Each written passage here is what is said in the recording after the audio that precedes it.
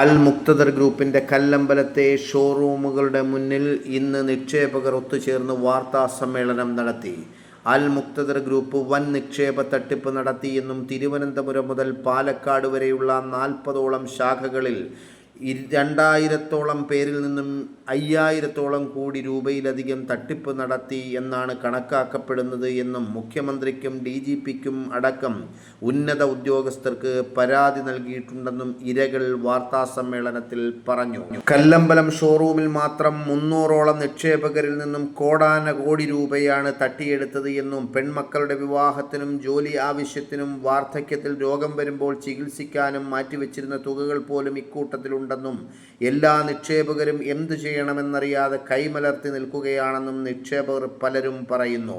National highway വികസനം വന്നപ്പോൾ വസ്തുവകകൾ വിറ്റ് കിട്ടിയ തുകയും ഉദ്യോഗങ്ങളിൽ നിന്ന് വിരമിച്ചപ്പോൾ കിട്ടിയ തുകയും ഗൾഫിൽ ജീവിതകാലം മുഴുവൻ കഷ്ടപ്പെട്ടുണ്ടാക്കിയ തുകയും ഉൾപ്പെടെ വലിയ തുകകളാണ് ലാഭം പ്രതീക്ഷിച്ച് പലരും അൽ മുക്തദർ ഗ്രൂപ്പിൽ നിക്ഷേപിച്ചത്. ദൈവത്തിന്റെ 100 നാമങ്ങളും മതപുരോഹിതന്മാരെയും മതചിഹ്നങ്ങളും ഉപയോഗിച്ചായിരുന്നു അൽ മുക്തദർ ഗ്രൂപ്പ് തട്ടിപ്പ് നടത്തിക്കൊണ്ടിരുന്നത്. അൽ മുക്തദർ ഗ്രൂപ്പിൽ പണം നിക്ഷേപിച്ചവരിൽ ഭൂരിഭാഗം പേരും ഒരു മതവിഭാഗത്തിൽപ്പെട്ടവരാണെന്ന് വാർത്താ സമ്മേളനം നടത്തിയവർ പറഞ്ഞു. നമ്മുടെ നാടുകളിൽ നടന്നിരുന്ന ഭൂമിക്കച്ചവടങ്ങൾ ഉൾപ്പെടെ പല ക്രയവിക്രയങ്ങളും ഇപ്പോൾ നടക്കാത്തതിന്റെ കാരണം ഇതുപോലുള്ള നിക്ഷേപ തട്ടിപ്പുകാരുടെ കെണിയിൽ വീണ് ലാഭം പ്രതീക്ഷിച്ച് കോടികൾ നിക്ഷേപിക്കുന്നത് കൊണ്ടാണ്. ഇത്തരത്തിലുള്ള കറക്ക് കമ്പനികൾ നമ്മുടെ ജീവിതകാലം മുഴുവൻ നേടിയ നല്ലൊരു സമ്പാദ്യത്തിന്റെ ഭാഗം നിക്ഷേപിക്കുമ്പോൾ മാസാമാസം നിക്ഷേപിക്കുന്ന തുകയ്ക്കനുസരിച്ച് ചെറിയ ലാഭം കിട്ടുമെങ്കിലും ചിലപ്പോൾ നിക്ഷേപിച്ച തുകകൾ തന്നെ നഷ്ടമായി മാറും. ഇതുപോലുള്ള കറക്ക് കമ്പനികളിൽ